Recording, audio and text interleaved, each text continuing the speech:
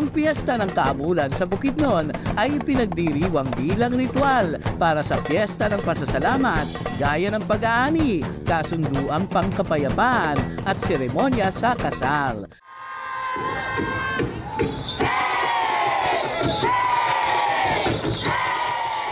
I spread my wings at nilipad ko ang napakagandang lugar sa Bukidnon at doon ko nakilala ang Kaamulan Duo na nagpakilig sa buong nation.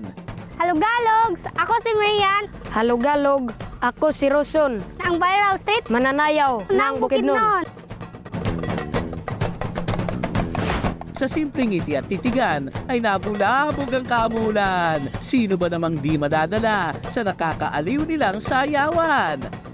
Doon ko nakilala ang 16 na taong gulang na si Marian, nakasalukuyang kasama ng kanyang tiyo at tiyahin sa kanilang simpleng tahanang inuupahan. Ang nanay niya ay isang OFW, samantalang ang ama ay sa Quezon na mamalagi. Hiwa-hiwalay man silang pamilya, pag-aaral pa rin ay pinag-iigi.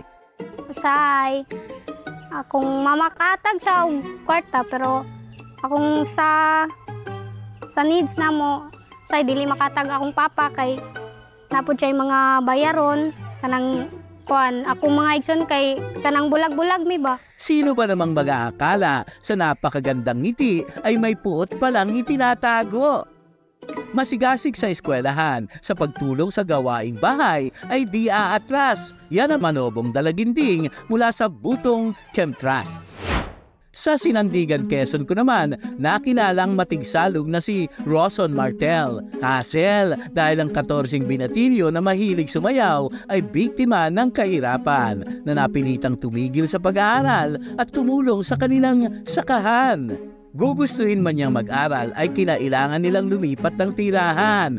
Ang dahilan, nadamay raw kasi sa Water District ang kanilang lupain na kanilang pinagkukuhanan pantapal sa kanilang gastusin. Nangailangan si Rosso ng cellphone upang makapagpatuloy sana pero nanaigang kanyang awa sa mga magulang na hirap at nagdurusa. Ang solusyon, itigil muna ang pagtupad ng pangarap at umagapay sa sakahan. Pero hanggang ngayon, si Rosso ay umaasang makabalik sa pag-aaral sa eskwelahan. Ang viral video ay kuha ng isang guro na si Miss Che. Naaliw daw kasi siya kay Roson at Marian at sa galing nilang sumayaw mga te. Matapos mag-viral ang video ay umapaw ang mga namangha, kaya ang maawaing madla ay naglikom ng munting sorpresa. Para sa amin is napakahalaga ng edukasyon. Hindi naman siguro hadlang kahit sa konting fundraising, makatulong ako kahit konti sa bata at sa kanyang pamilya. Sa muling pagkikita ng dalawa ay damang ligaya. Magkaiba man ang sitwasyong kinakaharap, ang saliw ay nagmamarka. Ang dalawang simpleng mananayaw mula sa maliit na baryo ay may malalaking pangarap pala na kanilang sinasamo. Maka human kog eskolya ka aron makatabang ko sa akong ginikanan nga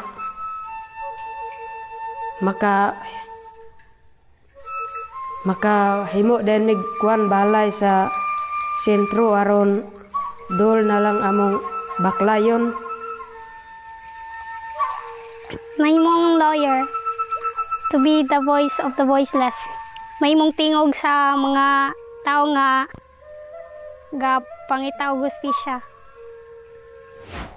Sa pagindayog sa saliw ng musika, kanya-kanyang problema ay nagigiba. Para kang araw nasa ibang dimensyon kapag nagsimula ng pumadyak ang mga paa. Pagmamahal sa pinagmulan, kultura, pagsayaw at nakagawian. Yan ang hindi mawawala sa kaamulang mananayaw na sina Roson at Marian. Ang buhay ng araw ay parang isang sayaw. Kailangan mong sumunod sa tugtog ng buhay. Kung kakailanganin ay humataw. Tapusin mo ang musika at makikita mo ang dulo na palakpakan at hiyawan ng tao ang magiging resulta ng pag-indayog mo. Kaya Roson, Marian, masasaan pa't matutupad ang inyong mga pangarap. At sa indayog ng buhay, walang iba kundi pagpupunyagi ang resulta ng pagsusumikap.